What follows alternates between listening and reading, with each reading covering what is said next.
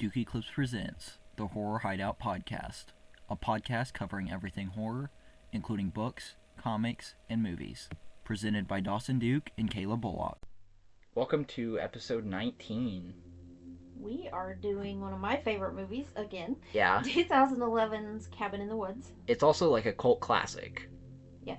I don't know how old a movie has to be a classic. People call this movie a cult classic. I don't know what makes something a cult classic, but apparently this is. Okay. So, spoiler-free review. And I mean, really, it's over a decade old. I know, but like classic cars have to be 25 years old for them to be classics. I don't know. I don't know how all that works, and I feel like with movies it's probably a lot looser the terms people use. Yeah.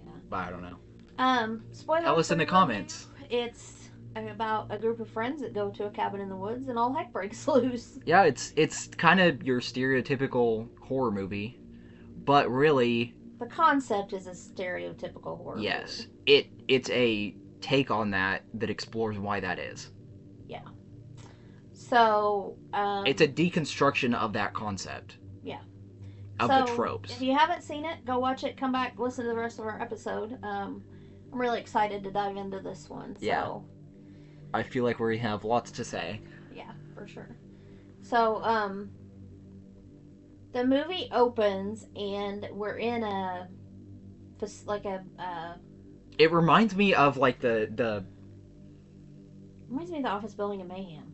What it reminds me of the underground base from Austin Powers. Oh gosh. Where he's got the golf car or the car and he's trying to get it around. That's what it reminds me of. I was just thinking Mayhem because it's got the opening. Well, I think of that because they have those carts. Oh, because we see them riding one later. So we're with two older guys and the younger of the two guys is talking about how his wife has baby-proofed their house and they don't even have a kid yet and they don't know if I don't know. IVF is gonna work and all this stuff. And so one thing I read when I was looking up about the movie was that they did that on purpose to confuse people and make them think that they'd walked into the wrong movie. Because it doesn't start out like a horror movie does. It almost feels like it could be the opening to like a comedy movie. Yeah. Like a buddy comedy movie. Yeah. It kind of puts you in the mind of like The Office. That's what I was going to say. It's like that dry humor like The Office. Yeah. Which I love dry humor, you know that. Yeah. So go ahead. So they're talking and they end up talking to this girl that works in chemicals. I think that's what they say, right? Yeah. It's just chemicals. Yeah. And then they get in a car. They call it the chem lab, so I thought it was more like chemistry. Like. Yeah, that's what I mean. Well, I mean, we figure out what they do later. Yeah. But then they get on like the little cart that I was talking about and start driving, and we get the opening title screen that says "Cabin in the Woods" with a scream. They're kind of talking about like what happened a few years ago, and he says it's Kim. Wasn't that who failed a couple years ago, and it was Kim's fault.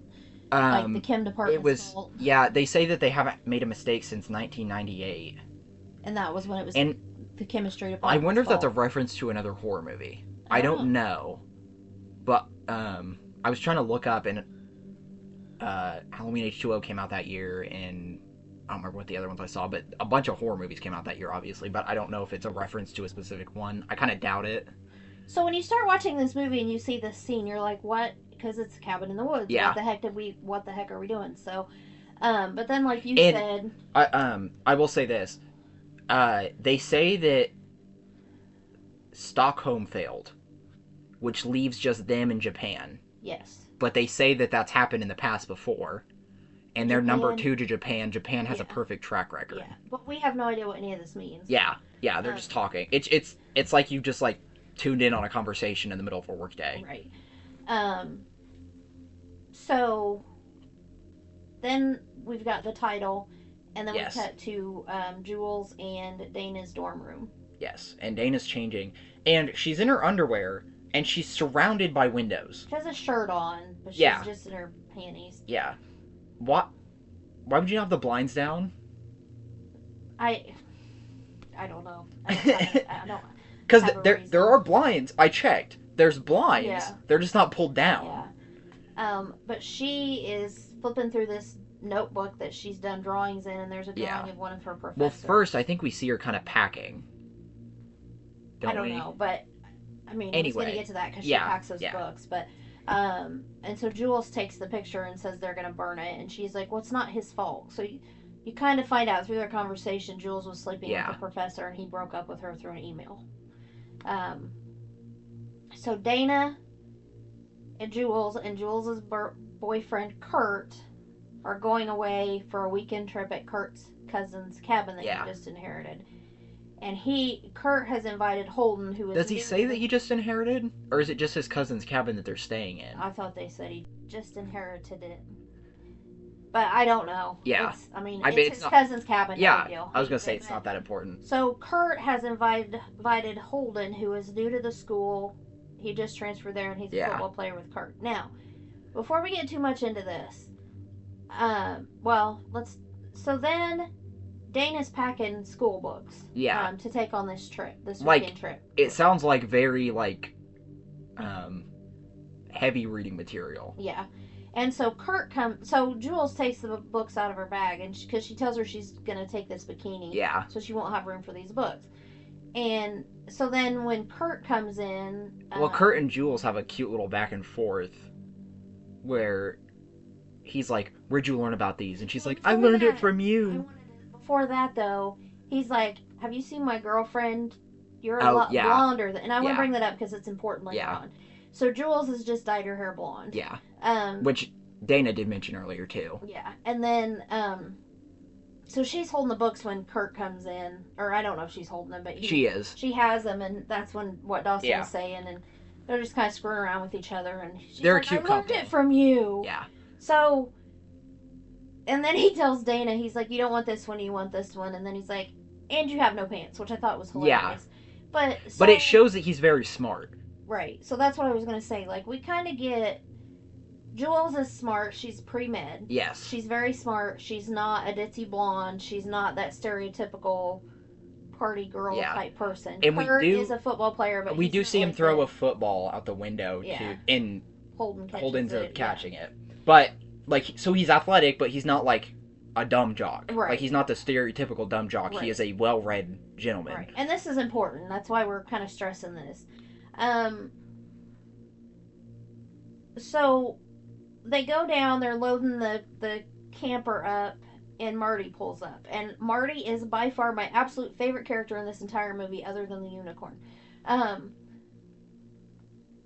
He pulls up in his car, and he's... The driver's side window is down, and... he's smoking out of a bong. Yes. As he's driving. And I mean, the whole car is full of smoke. Yeah. There's smoke streaming out the window. The whole car is smoky inside. And so he gets out, and they're like, "You can't be serious." And he ends up turning the bong into a coffee cup. And he's like, "You really think I'd take a bong in your dad's RV?" But one thing I saw about this said that the thermal coffee mug and bong was fully functional as a mug and a bong. And the prototype cost $5,000 just to make that. And I don't know if they have the actual one or just a replica, or if they just borrowed it for the episode they did. But Dead Meat had it in the background of one of their episodes, and he talked about it. And I feel like it was either a movie used one that was on loan, or it was a replica that was made by the original people or something like that. But I don't know for sure. But I do want to say, after he gets out of the car, he reaches back through the window and locks the door. And it kind of gives me... It made me think that window's, doesn't roll up. That's kind of what I got. One blooper I saw said if you watch his car windows up and down, back and forth. I thought it was because he was high that he just reached in and locked it, like he wasn't paying attention, I don't think it was ever up. I thought it was funny because his, everybody else has all these suitcases and his is in a brown paper bag. Yeah, that he hands to Jules. But one question I had is, why are they taking an RV if they're going to stay in a cabin? We never see how long their journey takes on the way. Well, that's true. And it seems like they've never been to the cabin before, so maybe they don't know how much room is in it. That's true. And maybe they don't know what shape it's in. Exactly. So as they drive away, Kurt's driving, Jules is in the passenger seat, Yes. the other three are in the back. As they're driving away, there's a guy up on the roof of the apartment building. Yeah, and he looks like a secret agent. Like, would you imagine, like the black, and he's got like the headset on where he's a Yeah. microphone. And I don't remember what he says, like the eagles have left the nest, or I think that's exactly what he something like- says. I think he says the Eagles have left the nest. It's right on schedule or something like that. Okay, so do we jump back to our guys, or are we still with the kids? We're still with the kids because they have a little discussion in the RV. Yeah, and Marty's kind of a conspiracy theorist. Like, Yeah, kind of reminds me of me. Talks about how they're always being watched and Yeah. under surveillance, and How it's nice to go off grid. yeah. And he tells, And then- he holds up a joint and says, "And you guys will see it my way too once you smoke some of this." And so then it pulls up out of the camper, like surveillance, and then we're back in the lab. Yeah, We're actually in the lab for the first time. yeah. And so it's our guys, and When we say lab, it's not like a chemistry lab. It's like computers. It reminds me of like how they always have NASA stuff set up, yeah, where there's a bunch of computers and modules and stuff. yeah. So they go there. They like these two guys that we're following seem to be like the head of this Yeah. program. They meet And the it- security guard, and and his there's- name. There's of the two guys, one of them's older and has glasses, and he seems like he's like the veteran, like he's been there forever. And so we meet the security guard. His name is Truman, which is a reference to the Truman Show. Yeah. Another film with a controlled room and observed life in a trapped character. So I don't really think is this when they're doing the betting? I don't think yet. Okay. So they go in, and basically we see all these screens set up, and they're basically following the Yeah. kids.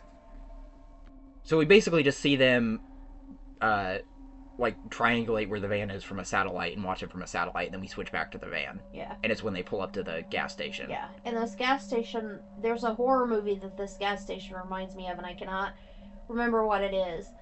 But I know that people go around back to go to the bathroom, and it's like this horribly disgusting rundown gas station. And the guys even talk about, like Kurt says he wonders if they take cards, and Marty says I don't think they know what money is. This looks like barter gas. I mean, Yeah. it's just Yeah. out in the middle of nowhere. And it kind of falling apart. It kind of reminds me of like whenever they get to the cabin in Tucker and Dale versus Evil, Yeah. where it's Oh, I just love there's that crap movie. everywhere, and Yeah. But it's actually got a close sign on there, but Holden goes inside. yes, and the gas pumps are ancient too. Yeah. They're the old kind where the pump's on the side and you just Yeah. flip up the little Yeah. silver thing. And so this is when we meet the Harbinger. Yeah, it's this. I mean, as hillbilly as you can get, guy. That comes out. He's chewing, he's chewing tobacco, and he spits a few times, and he's just kind of rough looking. He's hickish. Yeah, I mean, he's gross. I mean, he just kind of skeeves you out. yeah. But he warns. He reminds me of some people I know around here. Jules asks if he knows where Breckenridge Road is. Yeah, And the only reason I remember that is because Breckenridge is the name of the woman in white in the first episode of Supernatural. Is that a reference to something? I don't know. But I know that it's in the first, because she says Breckenridge Road. Huh. But anyway, so he calls her a whore, and it makes Kurt mad. Yeah, and he says, yeah, the old Buckner place is up there too. Yeah, And I think they kind of find out here that the cabin was the Buckner place. yeah. Yeah, because it's the only one on that road. or Yeah, because something. and they ask him, oh, did you know the original owners? And he said, not the original, but I've seen plenty of people come and go. Yeah, And everything he says is just very, like a non-answer. yeah, Like he's very off-putting. yeah. So Kurt gets mad, just throws cash at him, and they leave. And Marty, they ask him how long he's been there, and he says since the war. And then Jewel says, what war? And he says, you know perfectly well which war. And then Marty says, the one where they wore gray and blue. Brother, perhaps fighting against brother. Yeah. And so you get the idea that Marty's kind of this goofball. And if this was any other movie, he would just be the comic relief character that dies halfway through. Yeah. So they leave the gas station, Yeah. And so then the Harbinger calls our guys in the, I'm going to call it a lab. I know that's Yeah. not, but in the lab. I think lab is an okay term. I was just clarifying for people that are trying to picture this if they haven't seen the movie. Just, it's more of like a NASA setup where it's got the big screens in the front and then, like controls and stuff over there. More than like a lot of people when they think of a lab think of like test tubes and stuff like that. Yeah. So, and they put him on speakerphone and they're just laughing at him because he's trying to be all serious and I don't even know what he says, but he's like kind of ominous, something about the kids on their way. And this is the first time that the old gods are mentioned too, which come back later. Yeah, it's a lot of stuff like that, and it's all just very cryptic nonsense he's saying, but it's stuff that you hear from like religious fanatics. And it's funny because he says, "Am I on speakerphone? I can hear the echo," and he's like, "Oh, sorry," and then he's like, "I took you off speakerphone." And he starts talking again. He's like, "I'm still on speakerphone, aren't I?" And again, it's kind of that Office kind of idea. Like, it's something that Jim would do to Dwight. Yeah. No, I haven't seen The Office, but... So there we go into one of the TVs, and we're following the RV through this rock tunnel. Yes. And we see an eagle. Is it an eagle? I thought it was an eagle. I don't know. It's a bird, I know that. Okay, you can talk about the bird. I've talked a lot already. So they're going through, the RV is going through like a tunnel. And on the right side of the left side of the tunnel is a mountain. Yes. And then the right side is this big... like deep ravine. Yeah, that's the word. I couldn't think of it. So while the RV's going through, so they don't see this happening, while they're in the tunnel, we watch a bird fly and hit like an invisible wall. Kind of like under the dome. Yeah. And it looks kind of electrified. That's what I was going to say. But then, everywhere it touches, like as it falls down, it like shoots electricity out in like hexagon patterns. Yeah. So it looks like there's like a force field there. Yeah. But you can only see it if something touches it. Right. And the RV was already past there, so like Dawson said, you didn't see any of it. Yeah. They didn't see any of it. We see it. And the first time you watch this movie, you're like, what in the heck is going on? There's so much cryptic stuff in this movie. Yeah. And it's like, what is going on? But yeah, so then they get to the cabin. In the cabin, the opening shot, and the way the cabin looks from the outside, is heavily based off of Evil Dead. Yeah. I wondered that when I watched it. Yes. Even the way it's shot from like low on the ground is a nod to Evil Dead. Okay. That makes sense. There's a few Evil Dead nods in here. Yeah. So I think they just go inside without a whole lot of anything happening, right? Or does something important happen here? No, they go inside. Okay. Is this when they go to their rooms? Yes. I think we kind of see some of the layout. So there's like a living room that's got like a couch and a fireplace and some chairs. And then there's like a wolf head mounted on the wall near like the kitchen area, I think. Yeah. And so they go to their rooms, and Holden is in the room next to Dana. And then, of course, Kurt and Jules are sharing a room. Yeah. And then Marty has his own room. Yes. And there's this... Is it like a lamb being slaughtered? Like skinned? I have never been able to tell what it is. I think it's a lamb One time I think it's a lamb, and then I'm like, maybe it's like a wolf. I don't know. Something being skinned. And it's a very graphic... Like, for a painting, it's very graphic and disgusting. Yeah. I wouldn't want to sleep with it in my room. Yeah. So he takes it down off the wall and, like, sets it to the side and realizes there's a window into Dana's bedroom behind it. But it's a one-way... I was going to say that.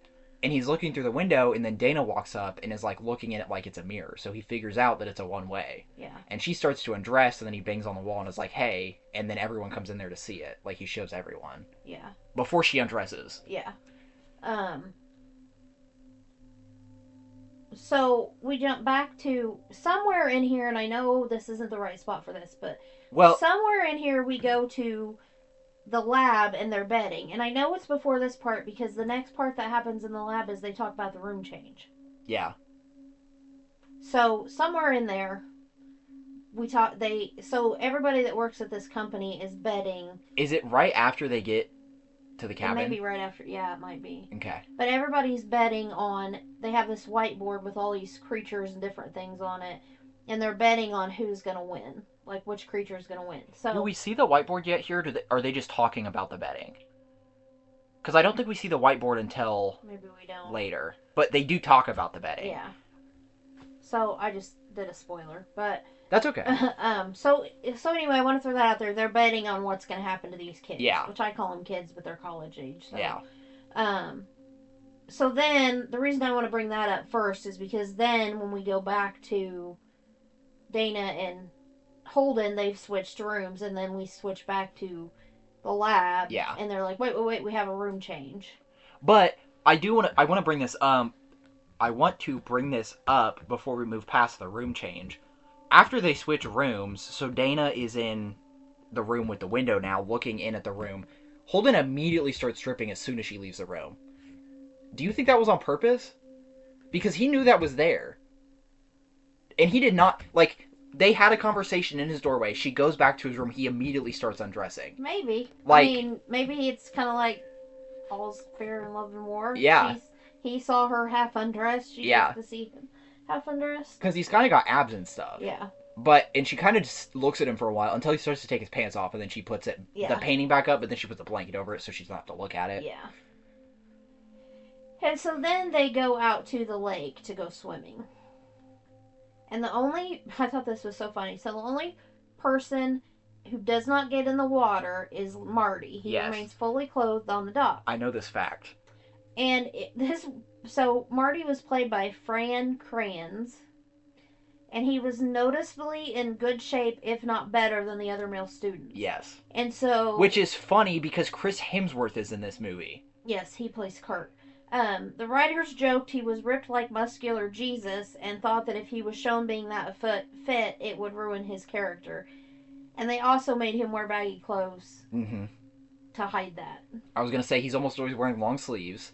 And he never has his shirt off anywhere in the movie. No. Because I think we see both of the other guys with their shirts off a couple times. Here in the water for sure. Yeah, but we also see when Holden was undressing. Yeah. And do we see... I think Kurt has his... Maybe he has his shirt on... No, that's Jules.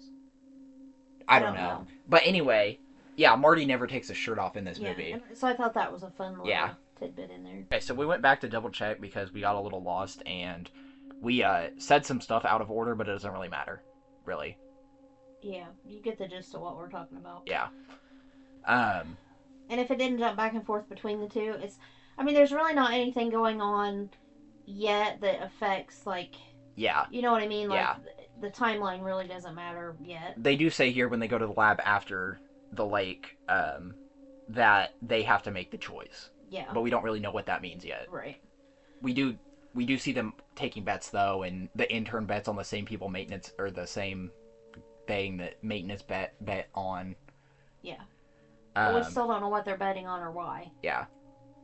And the chem lady is talking to Truman and tells him it seems harsh, but they're just blowing off steam. Yeah. Because the Truman's new. Yeah. He's like ex-military. Yeah. So then we cut back to the cabin. Yeah, and they're all in the living room now. And they're having a party. Yeah, they're all drunk. Marty's high. Yeah. I don't think Marty gets drunk. At least that we see. Uh-uh. I think the others just do. But they're playing Truth or Dare. Yeah. And so Marty dares Jules to make out with a... What's he call it? Does he say a bear? No, it's something random. Moose. Moose, yeah. I dare you to make out with that moose over there. And they're like, The Marty, wolf? have you ever even seen a moose? That's a wolf. So, of course, Jules, he says, I'm lost in Reeferland or something. Yeah. So, of course, like we said earlier, Jules is this smart med student, but she's acting like a floozy. And so she goes over to this wolf head and she makes out with it. Like, very intimately. Yeah. Very uncomfortable scene. And yes. So then she goes and sits back down and she's like, Dana. And Kurt says, truth. And Dana's like, what do you mean? And he's like, you're going to say dare, and then Jules is going to ask you to do something you don't want to do. And he's kind of a jerk. Yeah, and he wasn't like that at the No. beginning. Like, he was really nice Yeah. to Dana. I think we kind of established in the scene, which it was kind of already established, but I feel like this scene really... I think Marty, Dana, Kurt, and Jules have been friends for a long time. Yeah. Like, They even say something about Jules and Marty made out one time. Yeah. Their freshman year. Yeah. But Holden's new to the school. Yeah. So, New to the group, at least. Well, they say he's new to the school. Okay. Kurt says he just transferred Yeah. there. So anyway, Kurt's kind of being a jerk to Dana, and she's like, "Fine, dare." Well, then a trap door in the floor flings open. Yeah.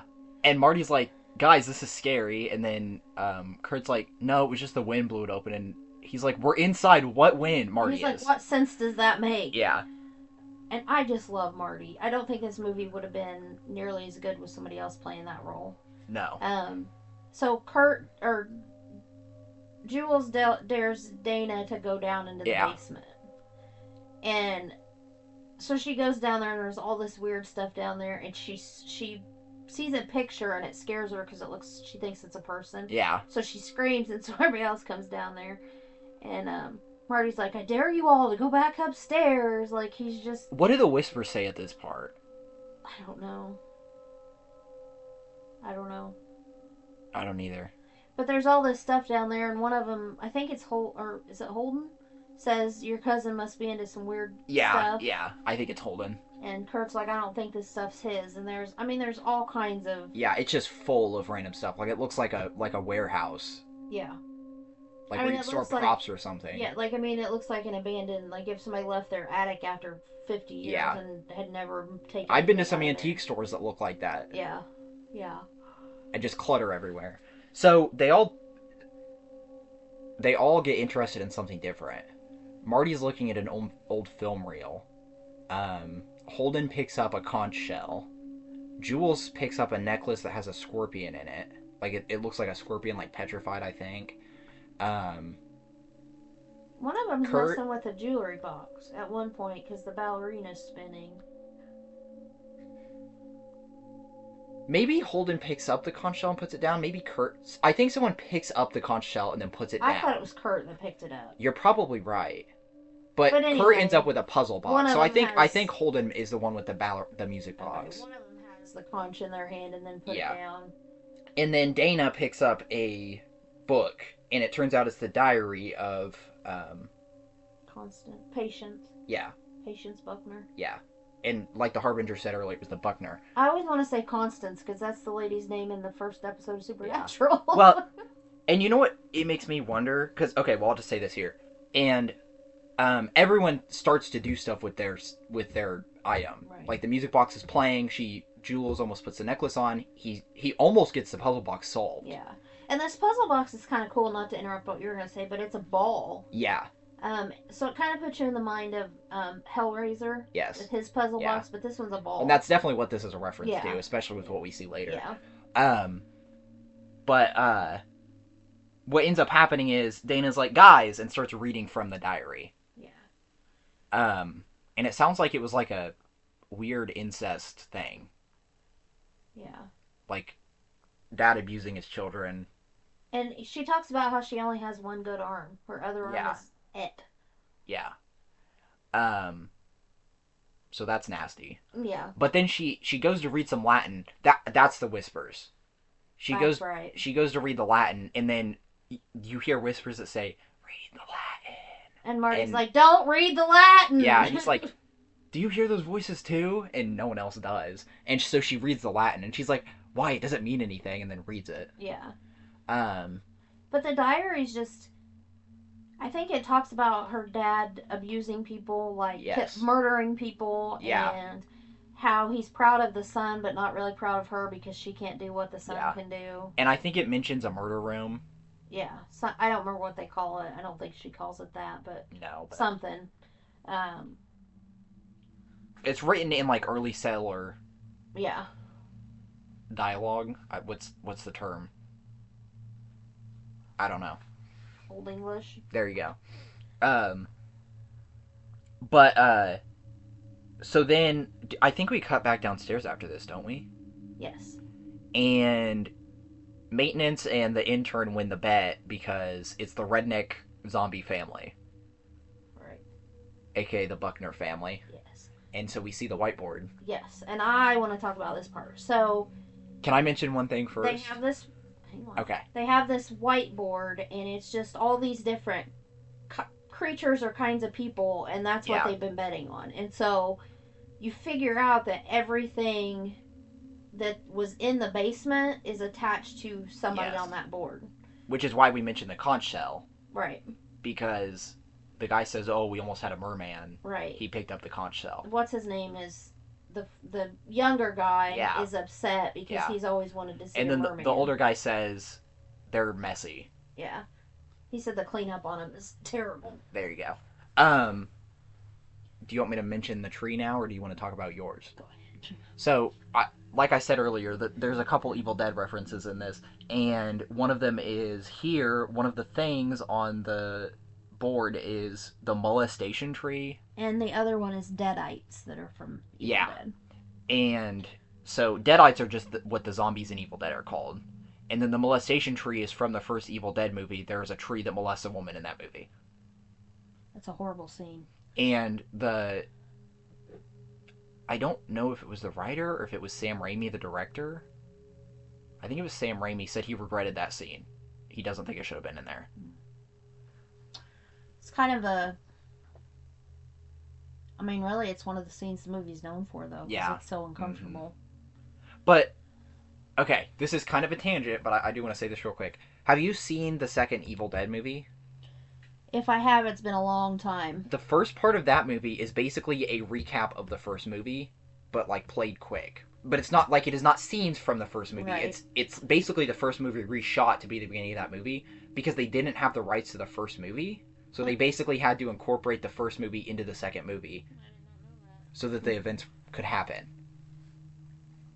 Interesting. Okay, so other choices on the board were werewolf, alien beast, mutants, wraiths, zombies, reptilians, clowns, witches, sexy witches, demons, hell lord, giant snake, mummy, the bride, the scarecrow folk, snowman, which I don't ever remember seeing him. I don't think we do. Dragon bat, vampires, dismemberment goblins, sugar plum fairy, merman, the reanimated, unicorn, Huron, which I don't know what that is. What is it? Huron, Huron. Let me look. Well, he's looking that up. Sasquatch, Wendigo, Yeti, dolls, zombie redneck torture family, which is the Buckners, the doctors, jack-o'-lantern, giant, twins, and Kevin. And although Kevin is never shown in the tie-in book, co-writer Drew Goddard said Kevin was meant to be a sweet-looking guy who seemed like he might work at Best Buy until he starts dismembering people. The Lake Huron Naiadids is what I'm finding. I'm guessing like evil water nymphs? Huh. Interesting.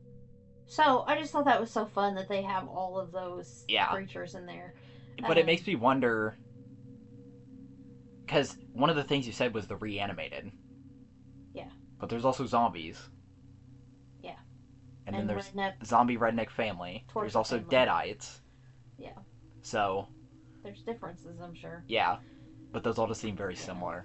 But later on in the movie, I would love, or not later on, but I would love to pause the movie and kind of go scene for scene in the basement and see if you can pick out what goes with each. I could probably go frame for frame on my laptop. But you know what I mean? Like, see if you could pick out what is for each person. Like, what was the scorpion necklace? What would that have been for? I don't know. I feel like maybe we see a giant scorpion in the scene where we see everything. We do. You're right. You're right. Okay. That's not till later, though. Okay. So anyway, I thought that was really cool that they had, and I think that Kevin is funny that they had him on the list. Best Buy employee who just dismembers people. So then we go back to the cabin, and they're out of the basement. Do we go back to the cabin, or do we see the ground? I don't remember. Because at some time we see the Buckner family crawl out of the ground. I think you're right. I think that's now. Yeah. You're right. That's now. And then we see the cabin. Yeah. And so Holden and Dana are sitting on the couch. They did not see the Buckner family. We just saw the Buckner family come out of the ground. Right. And so Dana and Holden are sitting on the couch. Marty's sitting in a chair.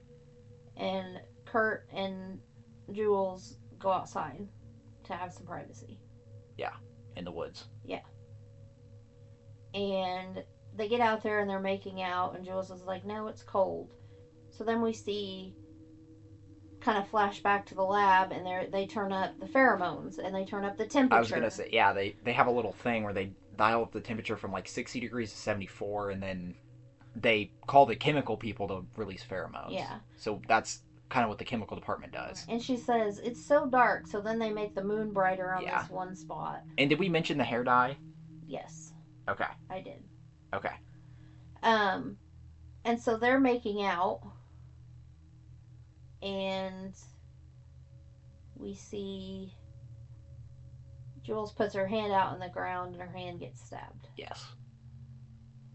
And I think it's the dad of the family, right? I think so. And Both of the dad and the son are both there, though. yeah. But anyway, so they end up fighting them, and Kurt gets a knife thrown in his back. Yes. In his shoulder. Yes. And then I don't think we see what happens to Jules yet, do we? I think we do. She gets dragged by the Okay. bear trap. But we don't see... Okay. I think we see all of it. We see her get decapitated, I is what I'm think so. asking. I think we Okay. see all of it. I Because didn't then think we we cut did. back to the cabin and Marty's going outside To pee. to take a walk, is what he says. Oh, I thought he was peeing. He is, but he says he's Okay. going to go take a walk. But he looks up at the sky and he's like, I thought there'd be stars. And in the background, you can see something moving back there. Yes. And while he's out there, Kurt, like, runs into him and is like, we need to get inside now. Yeah. And then whenever he turns around, the little girl Buckner's Patience. there. Yeah, Patience. And she's got one mangled arm. And she's got an axe, right? Yes. So, when you talk about Jules getting decapitated, they use a saw, like a two-handed saw. Yes. And the son and the dad cut her head off in front of Kurt. So they go inside the cabin. No. When she gets decapitated, we go back to the lab. And the guy flips a switch. Or Yes. like a lever. Yeah, I and guess. we see it, like, do some stuff in the wall, and it breaks a vial of blood that pours down over an image of a woman. Was that supposed to be their blood? No. Okay. I think it's supposed to represent that person died. Okay. Because I was like, I love this movie, but when I was watching it, I was like, if that was supposed to be their blood, how did they know exactly where everybody was going to die to be able to get... You know what I mean? So that makes sense that it wasn't theirs. Unless, I mean, we saw that they were being spied on ahead of time, unless their blood was gathered ahead of time. Yeah. I mean, But not it seems from like... their kill then. No. Okay. But it seems like they would have the means. They could set up like a fake, like, oh, donate blood or something. Yeah. I just was thinking like, well, people die all Yeah. over the place. I just always took as that's not their literal blood. It's just some kind of blood. And somewhere in all of this, and maybe we haven't got there yet, have we seen the Japan stuff yet? Maybe. I think we saw a flash of it on the screen earlier. So, at one point, it shows on the screen all these different other countries yeah. that have failed. Like, I think Yes. South Korea. I think Hong Kong's on there. Yeah. Like, all these different places Yeah. that have failed. Because I think the Hong Kong one, there's like a kaiju, and there's like a helicopter above it. Yeah. And so there's we see, at some point throughout all this, we see Japan, and it's little girls in a classroom, Yeah. and they're scared to death. Yes. And banging on the door and trying to get out of the classroom. And there's like a evil student ghost. Yeah. Like she looks like she's their age. Yeah. So that's important later on. Yeah. So they end up, so the guys end up back in the cabin. They knock gosh darn it. They knock Patience down and they get back into the cabin and Kurt's like, or Dana's like, where's Jules? And he's like, she didn't make it. You can't Yeah. go out there. Well, then she goes and opens the door, and the dad is standing there. She's like, "I'm not leaving without Jules," because they're like, "We have to Yeah. leave." Um, And the dad throws Jules' heads into Dana's hands. yeah, she catches it. Yeah. And she, like, pulls it up to look at the face and then screams and drops it. Yeah. And then the two guys go and try to get the door shut. Yes. 3 guys. Yeah. And they do. Yeah. Well, Dana comes over and helps them. Yeah, but they end up getting the right, door shut. Get the door shut. And then Kurt proposes that they go through the house and lock down all the doors and windows together as a group. They are not going to split up. Yeah. But then we see kind of underground, and they're like, no, they can't. We don't want them sticking together. We want them to split up. And he goes, like, the older guy's like, watch the master at work or something like that. And he hits a button, and we see some spray come out of the vent, like a chemical. And it shoots right in Kurt's face.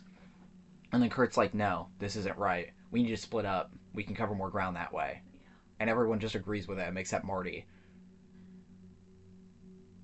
When does Marty read Little Nemo? I don't know. Did we miss that part? I don't know. I don't think he'd go read in the middle of this. I want to talk about that, though. You can talk about it now. At one point, we see Marty reading Little Nemo. Is it when they're in the lake? Because he's the only one that doesn't go in. No, he's laying on his bed. Oh, I don't know. He says, I'm going to go read a book with pictures. I remember him saying that. So anyway, at some point in here, we see Marty reading Little Nemo, and it says that this is a small foreshadowing. It was originally a comic strip in the early 20th century and then an animated film in 1989. In the story, Nemo releases the Nightmare King from his prison. One of the main premises in the movie is monsters being released from their cells. So I thought that was kind of a cool little nod to earlier stuff. So when they go into their own rooms, yes, they lock the people in the lab lock them in their rooms. Yes, so they're all separated now. And Marty, like, knocks over a vase in his room. A lamp. Yes. And there's a camera inside of it. Yes. So he's looking into it, and they're like, oh crap, get some kind of chemical ready to knock him out. And then he's like, wait, hold, blah, blah, blah, Buckner's coming around. And they talk about at one point that they had spiked Marty's weed with something. Yes. But instead of, like, messing him up, it kind of mellowed him out and leveled him out to where he's... Yeah. And I think that's after this. It's so... Right after this. It's so funny, because he finds that camera and he's like, I'm on a reality show. My parents... are going to think I'm such a stoner. Yeah. Does he say stoner? I thought burnout. Maybe he says burnout. Yeah, I think he says burnout. Um... But he's just a funny guy. Yeah. But then he goes and he's leaning back against the window and he gets grabbed from behind through the window. Yeah. And it's one of the Buckners. I don't know if it's the dad or the brother. I think it's Judah, which is the dad. Okay. But we see Marty start to fight him off with the bong because he extends it out from the thermos to the bong. And then he tries to run away and gets a knife in his back. Oh. And then we cut back underground. And I think that's when the lady says, we spiked his weed. Doesn't he get dragged away by a bear trap, too? Or is that just Jules? I think that's Jules. Okay. I think we just see him get But then they go kind of over a hill, and then you see, like, chopping, and you see blood splatter going everywhere. Yeah. So then we... Yeah. Okay. You don't see anything because there's a hill, yeah. But... so then we cut back to what you were talking about. Yeah. So we're back with them underground, or in the lab. I kind of spoiled it, but... they're in the lab, and they break another vial, and this time they hear like a roar from below, and like an earthquake happens, and the guys are like, oh, they must be excited. Yeah. And even the earthquake even happens in the cabin. Yeah, because like we see Dana dealing with it, and then we cut back to her. So she is stacking things up in front of the window to try to stop people from getting in there. And then is it Patience that attacks her here? Or is I think it's one of the guys, because I think it's one of the bigger people. It is, because he's the one that follows them into the other room, the basement. But I thought it was Patience at first, and then maybe it is. They come along. I don't know. Whatever happens, she gets attacked, and then Holden breaks through the window, the one-way mirror, and pulls her into his room. And then I think they put the bed up against the window, the mirror they just broke, and they reveal a trapdoor that was under the bed. Yeah. And so they go down the trapdoor. And I think they kind of assumed they were going to end up in the basement from before. Yeah. But they don't. They're in like a separate room that just has a bunch of like weapons. And they figure out that it's his torture chamber that Patience had mentioned in her diary. Yes, Dana says that. Yeah. Because when after the party and we cut back, her and Holden are sitting there on the couch reading the diary. Yeah. And Holden translates the Latin for her. Yes. And like he's wearing glasses and stuff when he does it. Yeah. But and I think does he wear the glasses? Continue to wear the glasses throughout the movie? I don't know. I don't remember. I think he only puts them on when he reads. Okay. I couldn't remember. But anyway, so they're trapped down there, and then they get attacked by one of the guys. I think it's the dad. I think so too. And so Dana ends up grabbing a crowbar and puts it through his eye, which Holden gets grabbed by the back with the bear trap and is like being like hung up, but like he's still alive. Yeah. And then so she stabs him through the eye, and then she gets a knife and stabs him in the chest a bunch of times until he stops moving. And then we see them flick a switch down, like in the lab, and it kind of the knife kind of shocks her hand and she drops it. But it's not like a shock she notices. It's just like like she unknowingly drops a knife. You know what I mean? Like it's not like you get tired and you just kind of let it go. But yeah, so Holden's okay. Yes. And then they hear Kurt, and they tell him to get downstairs. To get down to the basement. Yeah. And so they actually all end up meeting back up together. Yeah. Do we see how? They break through the wall between that room and the big basement. And then they just end up in the RV, right? Mm-hmm. So they get to the RV, I think, without any issues. Yeah. That we see. Yeah. And they drive out to the tunnel, and when they get to the tunnel, the people in the lab start freaking out because the tunnel isn't collapsed. Mm-hmm. And is it the explosives department? What department are they talking about? I can't remember what they call them, but that sounds right. I don't think it's explosives, though. I don't either. But anyway. Demolition? Maybe that's what it is. Anyway. So our older guy of the two, like, goes running through the whole facility. Yeah. And just as they about get out of the tunnel, he puts these two wires together and the tunnel blows. He, like, hot wires it. Yeah. So, like Dawson said, you can tell he's kind of the more experienced one, and he knew how to fix it. And one thing I thought about, if Marty had been there, which he's not, because, you know, he got taken away by the zombie, but one thing that I thought about, if Marty had been there, he probably would have pointed out that explosion was not just rocks falling. You could see an actual explosion happen. Like, there were explosives used in that. But they don't notice anything. Yeah. Well, and I mean, in a situation like this, are you really going to be paying that? Like, you're just like, I think Marty would have. Well, I know, but I'm talking like normal people. Like, I need to get out of here. Yeah. So, anyway, they end up backing down the tunnel and they make it out safe. And they're like, there's no other way out. I think Holden says something like, you can't jump that. And that gives Kurt an idea. And they had a dirt bike, and we saw it earlier in the movie. Mm-hmm. It's always there on the back of the RV. Kurt's going to try to jump his dirt bike over the ravine. Yeah. And he gives this whole speech of he's going to come back with police and fire and men with big effing guns. Yeah. And Dana asks him not to go, and he says, I have to for Jules. Yeah.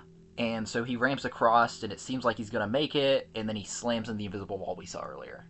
And it's the same as the bird, like every place he hits and the dirt bike hits, it lights up. And I know we already know it's there because it was established earlier, but I feel like a lot of people on their first watch probably forgot by the time that this happens. I did. He hit that, and I'm like, son of a biscuit, I forgot that was there. Yeah.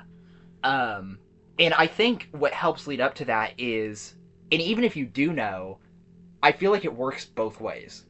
Because if you do know, there's that pit in your stomach while you're sitting there because you know what's going to happen. Yeah, and he gives this big. Watching it for like the 10th time. Yeah, he's going to make it. He gives this big heroic speech, and it sounds like he's going to be a hero, and then he dies. Because he even says if he falls short, he'll limp to get help if he has to. He'll do whatever's necessary. He sure fell short. Not on purpose. I know. Anyway, do they just hop back in the RV after this? Yes. Do we see them break another vial? Yes. Okay. So we see them break another vial in the lab. They get back in the RV, they're driving, and they have a discussion.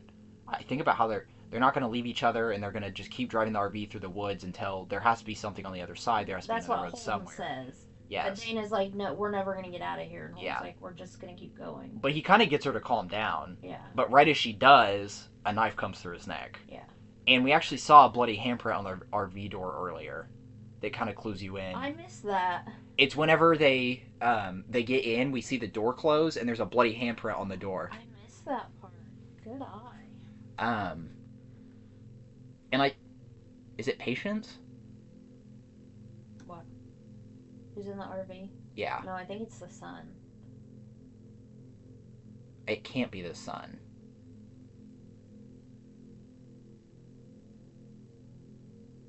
Okay.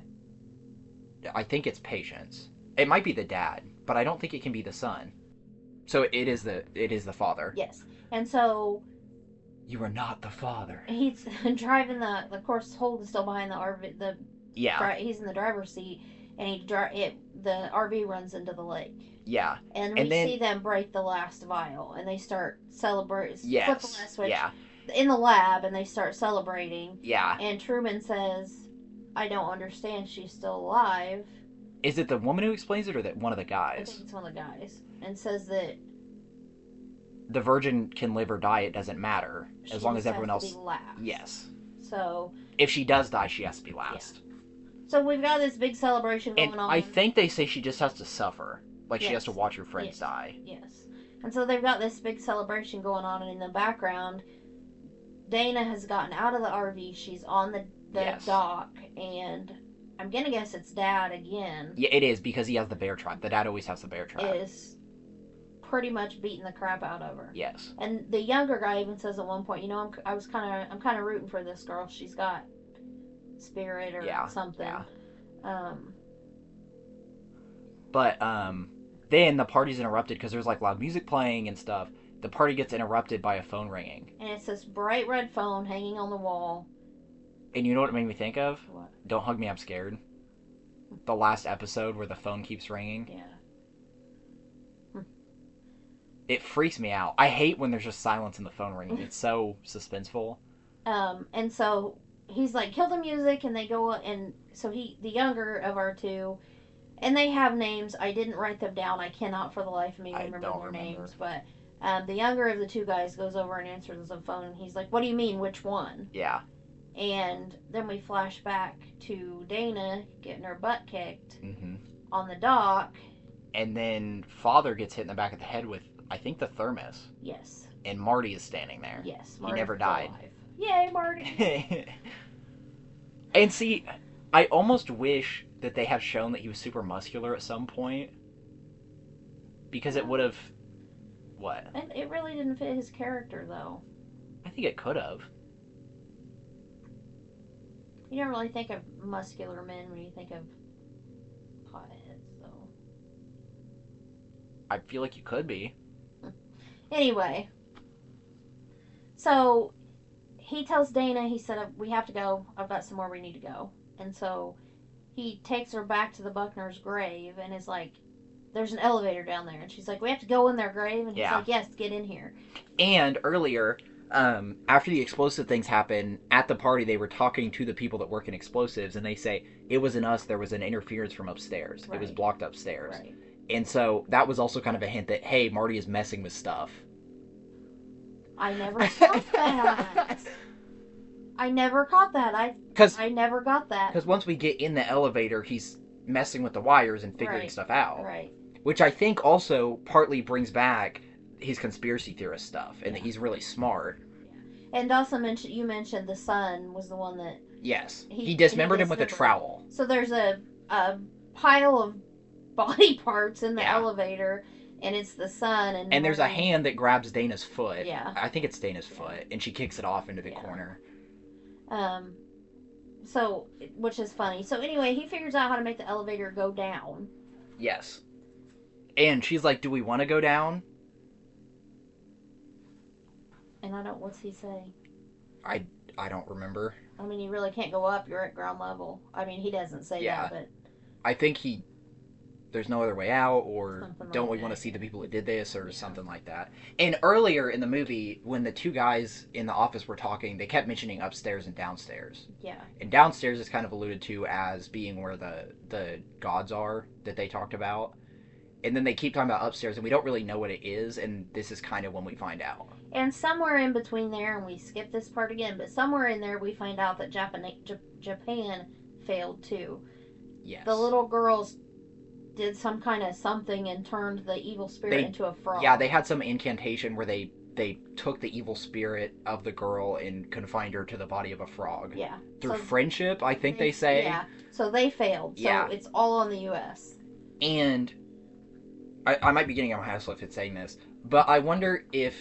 Okay, we can talk about it later. Okay. Because Sigourney Weaver, that's who it is, right? That comes in. Yeah, because when she explains, I think I'll talk about it then. Okay. I got something about her, too. Okay. So, they get in the elevator, they're going down, and as they go down, they start seeing all of these other... It's a glass elevator. It's like the elevator in Charlie and the Chocolate Factory, where it's just glass on all sides.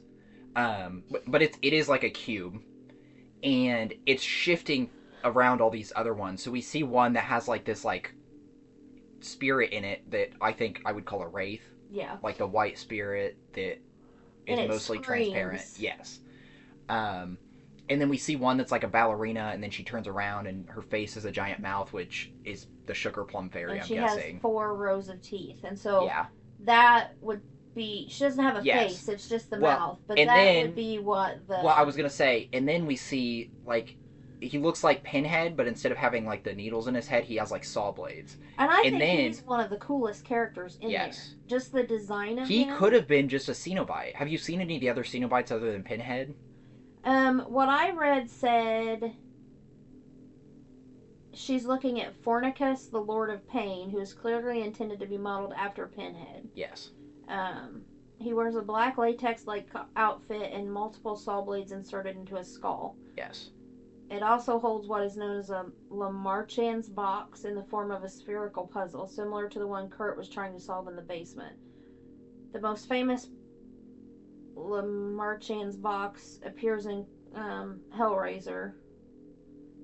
It serves as a gateway to summon the Pinhead along with other Cenobites from Hell. Yeah, but have you seen any of the Cenobite designs? No, not really. Like, he could be one. Because they don't all look exactly like Pinhead. They've all kind of got their own thing going on. So, like, you could put him in a movie with Pinhead and it wouldn't be weird. But yes, it is a very cool design. But the characters in the movie figure out. When Dana is looking at him, she says, "We chose." Yes. Like, she figures out. Yeah, because he's holding the puzzle box. Yeah. And that's really what clues and her in. he doesn't really... He just doesn't looks smile, at her. He just stands there with that puzzle box and he just looks at her. And I know there can't be a sequel to this movie because of the ending, which we haven't got to yet, but There could be much, like, I want to know more of these characters' backstories. There could be a prequel. I know. Imagine, this is what I think would be really cool. And I know I bring up TV shows a lot, but that's because they could do so much with them. Imagine a prequel TV show where we see some of these other monsters. I think that would be awesome. It might get old fast, though. I mean, you know who's going to die and everything, but you wouldn't know how they're going to die. Yeah. I mean, we could see other countries and see... Yeah. But really, the thing is... Well, we'll talk about it. So anyway, so they're in there, And then we get a pull-out where we see all these boxes that have all kinds of things in it. A giant scorpion, this, like, robot contraption. Yeah, it's like it's got one kind of long arm and it's got saw blades on it. I don't even know how you'd really describe it. Yeah, I don't know what it would be a reference to. Because I know there's, like, robots in Chopping Mall, but they don't look like that. Yeah. So, in this scene, we see a tank, a witch, a boomer, and a hunter. And those are 4 of the special infected from Left 4 Dead, the video game. The cameo was included to coincide with a planned tie-in expansion pack for the game, where players would have to fight their way through the woods, cabin, and facility from the movie. That's cool. Unfortunately, the tie-in was canceled when MGM had financial problems. That sucks. I do want to mention, though, behind the scenes stuff for this is really cool. Because basically what they did was they had different size boxes, and they shot all of them in front of a green screen, and they just put things in there. So they do a scorpion, and then they just have someone dress up in a clown costume or the Cenobite costume, like stuff like that. And so then they went in and made a computer program where all these boxes would move in a way that they would realistically move around each other, like in 3D space, and then they just applied those videos onto these cubes. And did you mention that, like, the giant, his cube was smaller, so that's why... Yeah, I said there was different size. So, like, the scorpion one, it was just a regular scorpion in a small cube. Yeah. So some of the other monsters not listed but that we see is a giant tarantula, 2 wolves, a large frog, a giant centipede, an obese man, a giant woman, 2 different blob-like creatures, a killer robot, and a trio of KKK members. Do we see Kevin? No. Kevin is never shown. That's sad. I know. So, we flip back to the lab and everybody's freaking out and they're trying to find... He's like, you have to figure out where they are, find them. And they end up figuring out which elevator they're in. Well, which cube they're in. I call them elevators. Because they come out like elevators. Well, that's true. And again, it reminds me of the glass elevator from Charlie and the Chocolate Factory where it can go up, down, and around. Yeah. So that's why I think an elevator. And so they start bringing them down. Yeah. And when the elevator doors open, there's a guy, like SWAT team guy, standing there. And I love this part. It's so funny because the zombie arm grabs him.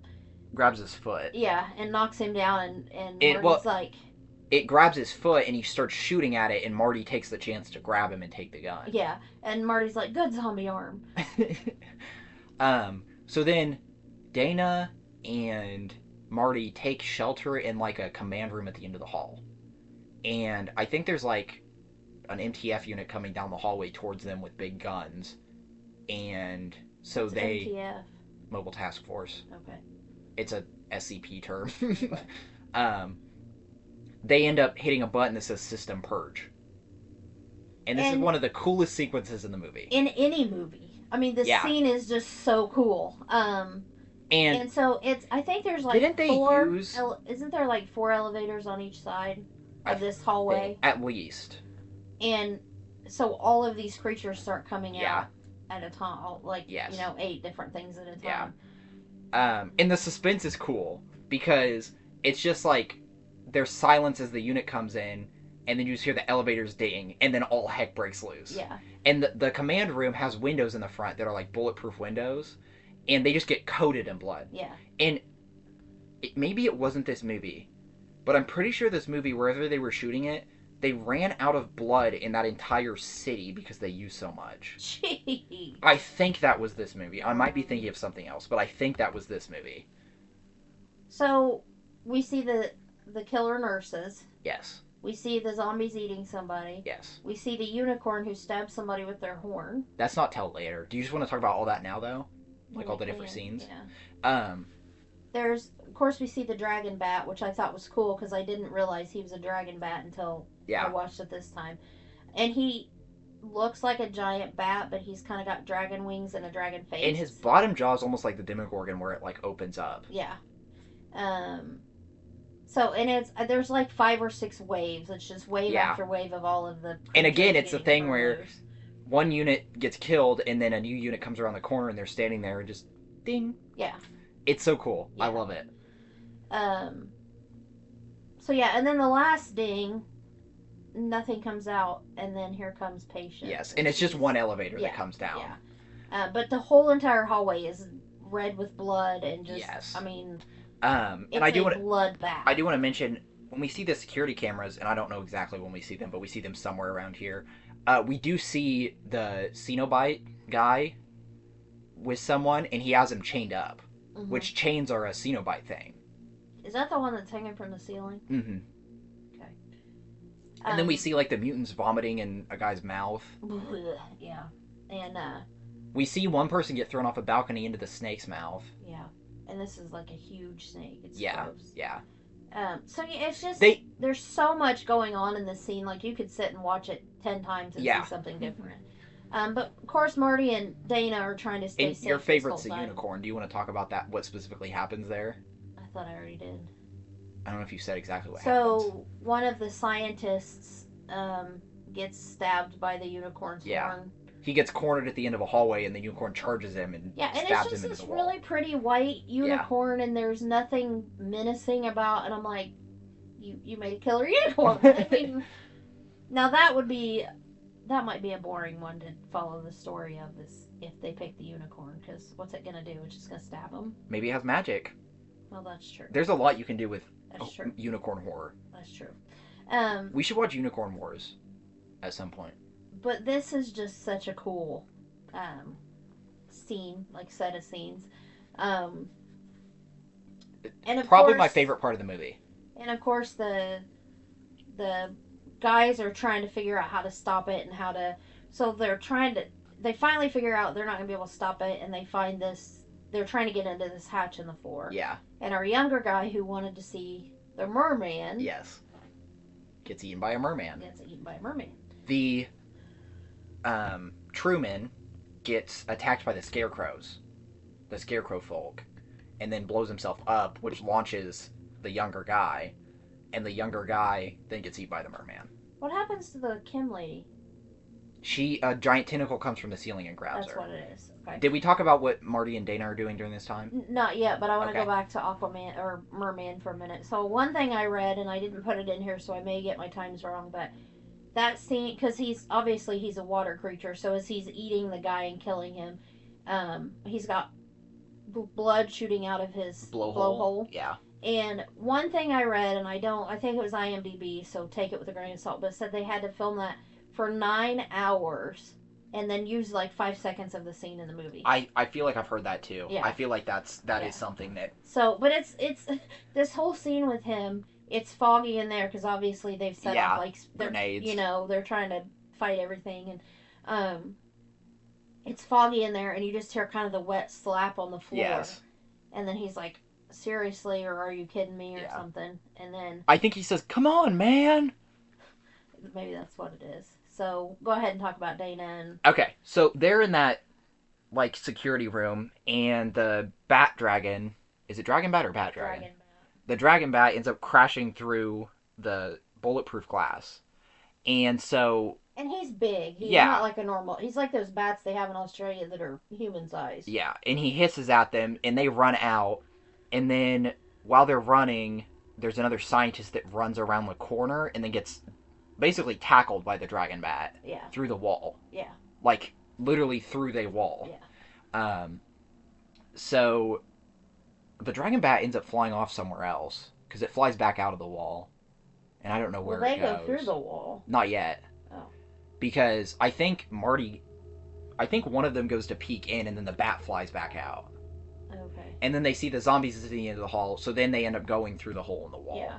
And they find like a secret passage. Okay. And so Marty has the gun. Yes. And Dana has a knife. Yeah. Or I think a big knife or a sword. I think it was one of the knives from the Buckner family. I think it was the one from the elevator. Okay. So maybe it's a trowel. Oh, maybe. I'd have to watch it again. Yeah. But I know we're way past that point, but I do think it's really funny whenever he does say that he dismembered it with a trowel, because he said, "Yeah, I've just been dismembering a trowel with a zombie. What have you been up to?" Dismembering a zombie with a trowel. You said backward. What You said trowel with a zombie. Oh. Anyway. So anyway, she hears somebody coming around the corner and she puts it out and she stabs our other scientist and kills him. And as he's dying, he says, "Kill him." Yeah, so they end up stabbing him, and then they just keep going down the hallway. Yeah. And they end up in the underground room. Yes. And there's like a platform in the middle of the room with nothing around it except these rocks.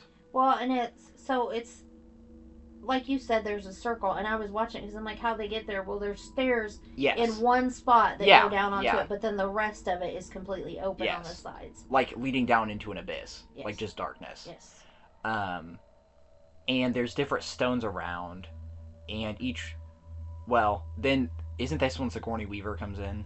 Well, they're trying to figure out what is going on. Yeah. And when we talked about they break the vials of blood and it runs down these shapes. Yeah. That's what is around this room. Yes. And they're trying to figure it out. And Dana says it's us. Yeah. And then Sigourney Weaver shows up. Yeah. And I don't remember, she's the director, but I don't remember what her name is in the movie. But she's like the woman in charge of the whole facility. Yeah. And she basically tells us what's really going on. Yeah. And the thing is, to me, is even though this is kind of an exposition dump, it doesn't feel heavy-handed. You know what I mean? Yeah. Like, it feels... It feels like it's needed, and it's... Yeah. But it's not over-explained. Yeah, that's what I mean. It feels exactly the amount of necessary it is. Yeah. So she explains that each of them needed to die in any order as long as the virgin died last. To appease the ancients. Yes. So there's like the jock. Is that what they call him? Or the athlete? The athlete. The fool. Whore, the athlete, the fool. The scholar. The virgin, and the scholar. Yeah. And she's So, like, I'm not a virgin, and she's like, we work with what we have. Yeah. So Marty has to die for the gods to be appeased. Yes. And like we said, Japan failed, so this is their last hope. Yes. Humanity's And last hope. while this is going on, there's kind of mini earthquakes and everything's Yeah. kind of shaking. And So Sigourney tells Dana that she has to kill Marty. Marty gave her the gun earlier, right? Yes. What happened was, after the scientist got stabbed, she left the knife in him, and then Marty handed her the gun and said, it's easier with this. Yeah. So... He does that after she says kill him, so I think that was him saying, hey, I still trust you. Right. So... Dana points the gun at Marty, because the director tells them, basically, it's Marty's life or the whole world. So Yeah. either Marty dies or the whole Everyone world dies. The whole world dies. And so Dana's kind of torn. She doesn't really know what to do. Yeah. And so she's going to shoot Marty, and she's like, I'm sorry. And then she gets bitten from behind on the shoulder by a werewolf. Yes. And so then Marty and the director start fighting. Yes. And Marty ends up kicking the director off the platform. Yes. Like into the darkness. Yes. And Dana got bit by the werewolf. Does she fight the werewolf off, or does she shoot it? Marty gets the gun and shoots it, and it runs off. Okay. But one thing I want to mention about Sigourney Weaver that the director talked about, she'd never been in a movie with a werewolf. She's been in a lot of scary movies. She'd never been in one with a werewolf, let alone where she... Oh, so she gets an axe in her head from Patience, remember? Oh, yeah, because Patience gets dragged over the edge. Patience and her both falling over. So, she'd never been in a movie with a werewolf, let alone one where she gets an axe in her head. So she had a lot of fun. She was very excited about starring alongside a werewolf. And the director, Drew Goddard, said, I've never seen anyone more excited about working with a werewolf. She would ask every day, the werewolf going to be here? When is the werewolf showing up? Can I please get a picture taken with the werewolf? How many days did she have to shoot? I don't know. Because she's only in that scene, and then she does a voiceover earlier on. Yeah, over I the intercom. don't know. I don't know how long that last scene took. I don't know. So Patience and her fall over the edge. Marty goes, and Marty's kind of beat up too. So they just end up sitting down together and smoking a joint. Yeah, sitting on the stairs talking, and she's like, I'm sorry I was gonna shoot you, and he's like, I'm sorry you got bit by a werewolf, and they kind of just decide that. I think what Marty says is, which kind of goes back to his conspiracy theory thing, he's like, maybe whoever comes next deserves a chance. Yeah, he's like, maybe it is time for a reset. So, everything's kind of, there's earthquake, everything's kind of crashing down around them, all the stones are falling And then we down. cut back to the cabin, and we see this big, like, it reminds me of the Titans from Hercules, like the Disney Hercules movie, where it's just this big, like, magma hand that comes out of the ground. And that is the Greek Titan god Kronos. Yes.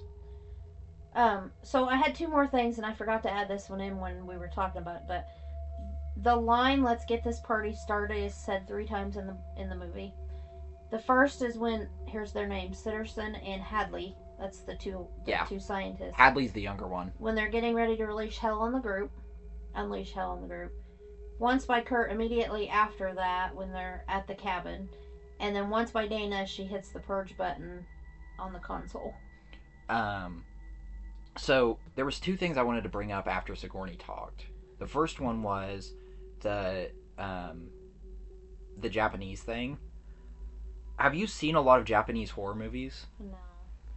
I have not. Like, I'm not gonna pretend I'm an aficionado, but most of the ones I've seen end with everyone dying. Yeah. So I wonder if that's why they have a perfect track record. Because Sigourney talks about how different countries have different rituals to appease the gods. Yeah. But as long as one of them completes it, they're good. So I wonder if them having a perfect track record is because a lot of their horror movies, everyone dies. You know, that drives me crazy when we remake those movies in America, because, like, The Eye. Yeah. In the movie The Eye, the Japanese one is phenomenal, but everybody dies. Well, And then in the American version, with Jessica Alba, the ending's completely different. I know this was a Spanish film, but isn't Wreck in Quarantine like that? Didn't they change a bunch of stuff? I don't know if I've seen the original. You haven't seen Wreck? Uh-uh. We need to watch that. I don't think I've seen that one. What was the other thing I said I was going to mention after Sigourney came out? I don't remember. I don't either. While you think about that, I have one more little tidbit I wanted to share. Okay. So, Drew Goddard, who's the director, a lot of his inspiration for this movie came from his own upbringing in Los Alamos, New Mexico. And it was a place filled with scientists and co-workers just going about their business and living routine and ordinary lives, but they were building nuclear weapons that could potentially destroy the entire world. Yeah. And this came from the DVD interviews and commentary. Yeah, I remember hearing about that. And it really is, because every day you see these people that are just casually talking about making nuclear bombs that are going to end millions of lives. Yeah, and like... And so you could see this happening in real life if we actually had something like that. Well, and what do you think about... Of course, we start out with Hadley and Sitterson talking about the baby, that they want to have a baby, but then you're killing somebody's, 5 people's kids. You're taking them away from their... You're killing them. I mean, but how do you justify that? Because you're saving the entirety of humanity. Would you do it if it was your child, though? I could never do what they did. But some people could rationalize that. Not me as a mom, nope. I mean, there's people in big government that make big poor decisions that lead to innocent lives being lost, and they sleep just fine every night. I know, but I don't think I could ever sleep again if I had to make that decision. Yeah. I don't think I could. I did want to mention that a lot of people that are into the SCP fandom, which is just a collective of online horror stories that anyone could submit a story to. Secure, contain, protect. Yes. Haha. Special Containment Foundation. Special Containment Procedures. Oh, well, I thought I was right. That's their motto. Their motto is Secure, Contain, Protect, and then the actual technical name of the foundation in universe is the Special Containment Procedures Foundation. See, I listened. I know. So, anyway, those stories, it's written as, there's this, is it quasi? Is that how you say it? Quasi? Yeah, quasi-governmental, because it's not it's basically its own thing. Yeah. But it's like this group that contains anomalies, so anything that doesn't fit our current understanding of logic and science. So, and it's cool because one item that they have in containment is a toaster that when you're talking about it, you refer to it as if you are the toaster. That's the only thing. You talk about it in the first person, like you are the toaster. So the entire article is written as I am blah blah blah by blah blah blah inches or whatever. That's all it does, is it makes you write in first person. But that's a threat, because if people realize that, then that's revealing to the world that there's these anomalous objects out there that can affect people. Right. So they contain and protect just about anything they can. But that But you've told me that one before. I don't think I have either. But that's my favorite example of a safe anomaly, because a safe anomaly is an anomaly that you can put in a box and it'll be fine. As long as no one messes with it, you're good. Yeah. But then there's other things, they keep a little girl in containment who's pregnant, and if she ever has the baby, this Eldritch God from another universe is going to come in and destroy the entire world. So they do a thing called Project Montauk, or Procedure Montauk, whatever it is. Something Montauk, to keep her from giving birth to the child. and it's implied. So basically, we find out there's a Scarlet King, and this is kind of a tangent, but so skip this if you don't want to hear it. But in the SCP universe, they talk about the Scarlet King and how he's supposed to have 7 brides that have 7 children. Well, she's the last bride. The others have all given birth, and it's implied that their children are other SCPs that are contained by the Foundation, in very powerful, scary SCPs that could basically destroy humanity. So if this last girl gives birth, they're afraid the Scarlet King's going to enter our universe and destroy everything, or their universe and destroy everything. And so they do something called the Montauk procedure, and no one knows what it is unless you actually work on it. But all people know about it is that, like, people have different theories, but they think it's some kind of torture, that they do some kind of torture to the girl. They don't know what it is. But there's different stories about it that people have written, different tales. And so, like, one tale might be that is what's going on, that she is being tortured. And then another one might be that what it actually is all they do is read her bedtime story. That's what Montauk is. But because everyone else outside believes she's being tortured, the Scarlet King feeds off that fear and that, like, that, just the thought of them thinking that the torture is happening. Because all he cares about is the fear. He doesn't care about how it comes about. Huh. Interesting.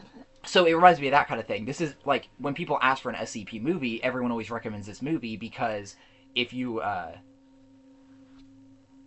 like SCP stuff, this is basically the SCP Foundation. They would do this. They would sacrifice people to keep ancient gods in check. But another thing is, every single horror movie you've ever seen could take place in this universe.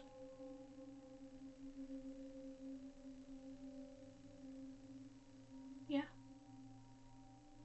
Especially the old slashers. Why most? Did you fit the menu in there? Probably. Could you fit, They talk about how there's other countries and they have different rituals. Well, that's true. I was just thinking the 5 people dying. 4 people dying. Yeah, but then when we see Japan, they have a whole school full of girls. Yeah. But you know what bothers me about the Japan one? Where in the heck's their teacher? Why is there no teacher in there with them? I don't know. This is one of my all-time favorite movies. I love this movie so much, and I feel still like didn't think of the other thing I wanted to mention. I feel like it's one of those movies that the story's pretty simple and straightforward once you've watched it once. Yeah. But there's still so much, like, every time you watch it, you see something different. And if you have I not... still have never... I mentioned it because it was on the list, but I don't think I've ever seen the 3 KKK people. Yeah. Have you? I don't think so. I don't think I have. So next time I watch it, well, and that'll be something I keep my eye out for. If you watch the special features where they talk about how they did the boxes and stuff, I'm pretty sure some of the boxes they show you can't see in the actual movie. Oh, okay. We didn't talk about the clown. There's a clown in there that's killing people. Mm-hmm. And he gets shot, and it reminded me of in Supernatural when the clown's getting shot. Yeah. What was the other thing you want to talk about? I don't know. I think I did think of it. I think all it was that every horror movie could take place in this world. Oh. I think that's what I was thinking of. Yeah. But especially old slashers. Again, I think a lot of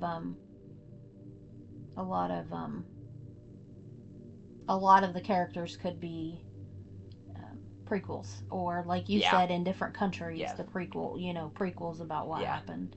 And I think a TV show would be a good way to do it, because I feel like that way the monsters don't overstay their welcome. Yeah. Like, if we want to see how these monsters work, we just get it quick. And one line, well, no, maybe you'll use that as the quote. You can say it. I thought you didn't want to if it was the I quote. don't care. There's a part where the lady from Kim is talking to Truman, and he said, "These are the things of our nightmares." And she said, "These are the things nightmares are based off of." Yeah. So pretty much anything in there is, people's biggest fears. Clowns and snakes and KKK and... robots. robots and Pinhead, the guy that's like Pinhead, and wraiths and ghosts and, all that. Now, I'm not sure anybody is really scared of unicorns. Maybe you would be after you watch this, but... So, it's But just... they do say... She does say that it's what nightmares are based off of, so mythical creatures could also fit in that. That's true. And I have always said I thought they should have filmed this movie differently. I think I've always said they should have told the story of the kids and left out the lab stuff until the end. And I've always disagreed. But when I sat and watched it this last time, you're kind of more analyzing it, and I think it worked. I think the way they did it is... I think it would have lost a lot if they'd done it the way I've always said it should be done.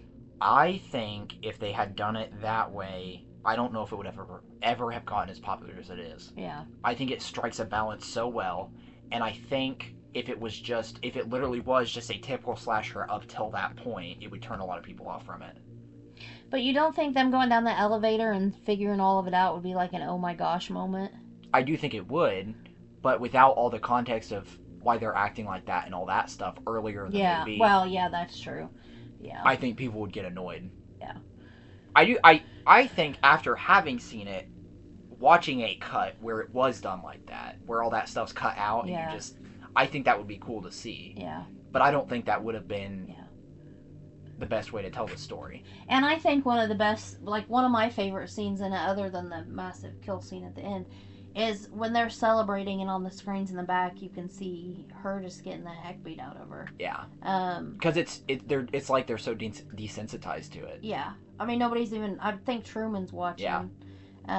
Well, and I really think it brings it back to, like, the people that worked on the nuclear weapons. Yeah.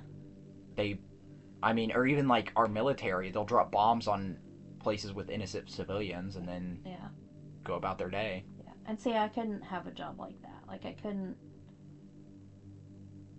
I don't think I could handle the weight of a job like that. Yeah. Like, if we don't succeed, the whole world's gonna end. Well, have you ever read Ender's Game? No. So, I always think about this anytime people talk about, like, sacrificing troops and stuff like that. So, in Ender's Game, he's being trained to be, like, the ultimate tactician because they're at war with an alien race. So, near the end, he does a simulation where he shows them the perfect way to beat them and sacrifices a bunch of people, but in his head he's like, it doesn't matter because all I'm sacrificing are, like, it's just a computer. It's not real.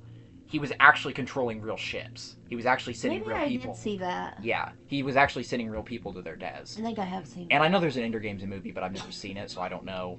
I think I've seen the movie. I don't think I've read the book. I've read the book. So, summary...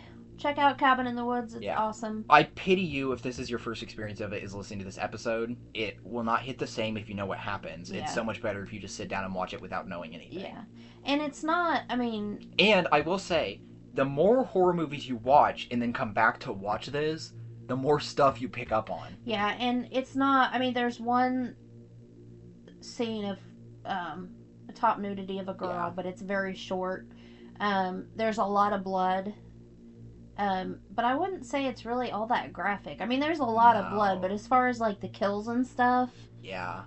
I mean, it's really not... The severed head is probably the worst thing. Yeah. Because even the zombies bleed like black. And even when the zombies cut up, it's... Yeah. It's like a pile of body parts. Yeah, it's not... Yeah. So, it's nothing worse than you'd see in someone's yard on Halloween. Right. I mean, it's bloody, but not, like... I mean... I would say it's bloody, but not gory. There you go. That's the best way to say it. So, this is definitely one of my favorite movies. I think it's one of your top ones too. It's up there. Oh, and I did want to say this too. The movie has such a tight script, and almost everything that's mentioned in it comes back in some way. Yeah. The only thing I can't think of is the her having dated a teacher. That's the only thing that feels like it was never brought up again. I think that was now that you mention that, I think, because, and I don't know if we mentioned this, but after they go down in the basement, her and Holden start making out on the couch. And so I think maybe because she was so shy, I think that was in there to show us kind of her change in character. Like, she went from being stuck on him and then kind of she didn't do anything bad, but like her inhibitions are out the window now. She's a different person. Because of what they, the chemicals and stuff. But even, like, the first time the merman is, like, technically mentioned, it's whenever the older guy says to the younger guy, something Aquaman, whenever they're taking bets. Yeah. Because he doesn't think the merman's going to be the one that gets picked. Yeah. And so it's a lot, there's again, every time you go back and watch it, there's new lines of dialogue you notice that come back later, and it's just everything is so thought out and connected. Yeah. And it's, like I said, you could watch it a million times and see different kills and see... Yeah. Because that scene at the end... I don't know if we ever talked about it, but we did talk about his Marty's weed being laced, but they do later say that whatever he was smoking was counteracting all the chemicals. Yeah. And that's why he was so aware of everything happening. And we didn't mention this, and this is one of my favorite parts of the movie. He keeps talking about puppeteers. Yes. And them being puppets, and then Dana brings it up later that Marty was right, that they're... I think it's in the car right before Holden dies. Yes. She brings it up. Yeah. So, it's so... Maybe that's what he says when they go down in the elevator, let's meet the puppeteers or something like that. Yeah, maybe. I don't know. But it's so... Like you said, it's such a tight script. Yeah. I don't feel like there's any scene in there that could be cut out. Yeah. And the pace of the movie, even jumping back and forth between the lab and our kids, and it's such a good pace. They balance, because I do think there's scary moments in it. They balance the horror with the dry humor of the underground people so well. Yeah. And I genuinely think it's like when we did our review on The Dead Don't Die, how there's a lot of dry humor in that movie with like the bodies and stuff like that. I genuinely I feel like that's how people have to be in professions like that at some point. Yeah. Like a lot of people, that's how they deal with it, is like dry humor and... Yeah, I really liked it. Even like doctors and police officers and stuff. Yeah. So check it out if you haven't seen it. Do you have any final thoughts on this one? It's really good. It's up there as one of my favorites. Yeah, for sure. And the cast is really good too. There's not anybody I would say they're a terrible actor. It makes me want to see like an actual SCP movie. So next week it's Book Week again, and we are doing The Road by Cormac McCarthy. Thank you. Or Cormac McCarthy. I always get his name backward. So if you haven't read that one yet, pick a copy up this week. Check out your local library, check Kindle, whatever. Read it, and then check back in with us next week. Just don't steal it.